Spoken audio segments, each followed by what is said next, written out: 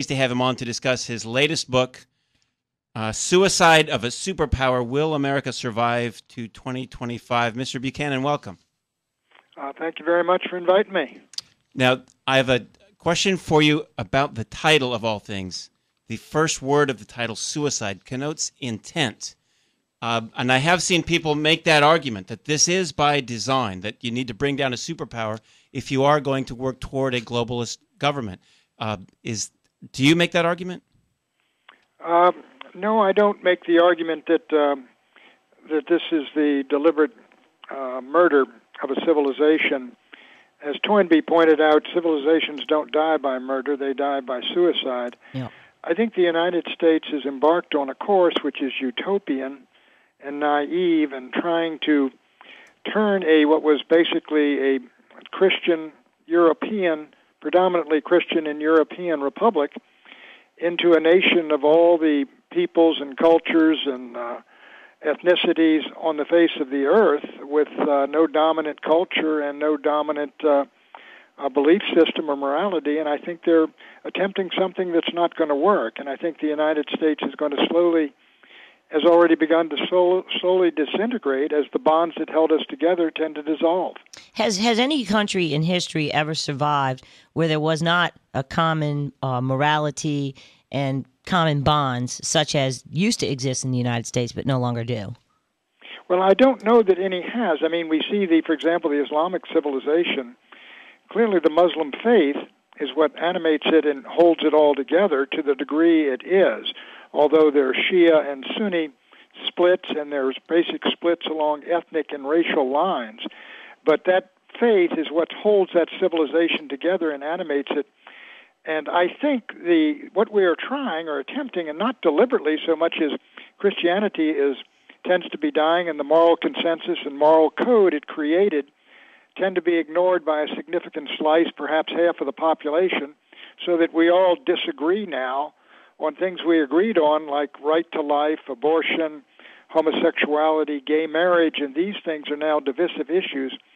So I don't know of a society that is really at war with itself over morality, how that can be one nation or one people under God. And so I think that idea of America is fading away, and people say, well, what replaces it will be fine. I'm a pessimist. Well, now, when you talk about, use the word disintegrating, do you see a currency collapse, a cultural collapse coming first, or secession? What is it that we're talking about here?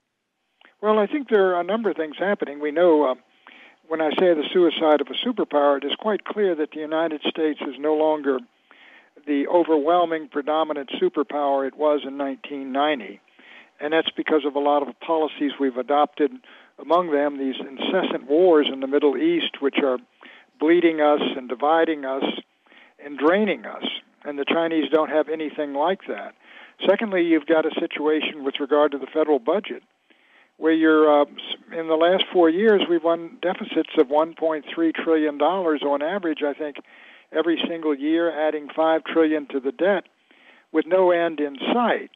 That cannot continue. I think the United States is going to be forced to withdraw troops from all over the world because we can't maintain the American imperium. But that's the part that is political and ideological. But I do believe that culturally, that when the faith dies, the culture it created dies, the civilization that was created perishes, and the people begin to die.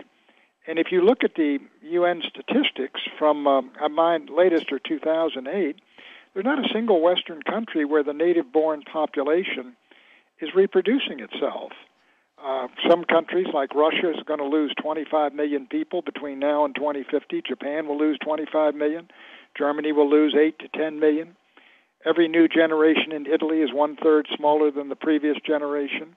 So what's going to happen with these countries as the people age and die, and age and retire and go off into nursing homes and die, is I think these countries are going to be filled up with the people who are going to do the jobs of caring for them, and they're going to come from those continents and countries where populations are exploding.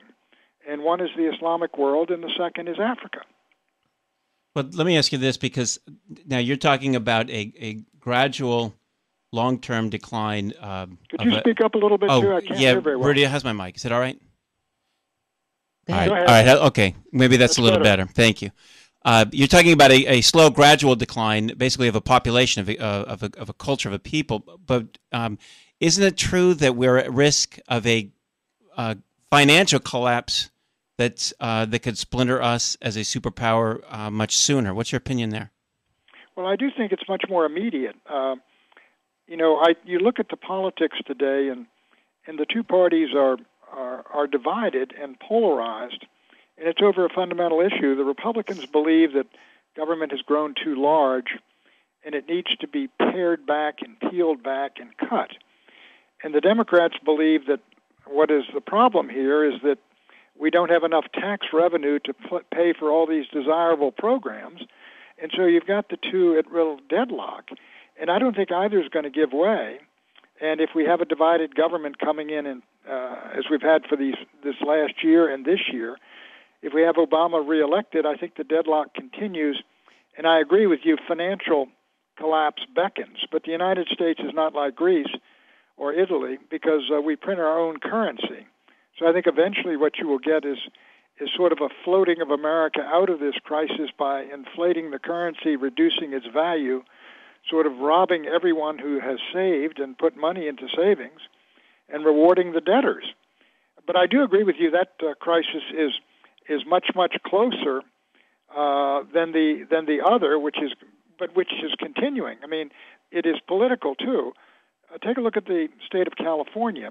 I mean, the demographics, the change which has taken place because of mass immigration, legal and illegal, is altering the political character of the country. Ronald Reagan won California 4 times in landslides every time, twice for governor, twice for president. Richard Nixon carried it all 5 times he was on a national ticket. His 1950 Senate victory was the largest plurality in the history of California. And Republicans are gone from California. They are finished. And I think the same thing is happening because of mass immigration into the Southwest, mainly of Hispanic folks. I think that Nevada and Colorado and New Mexico and Arizona and eventually Texas will go the same way.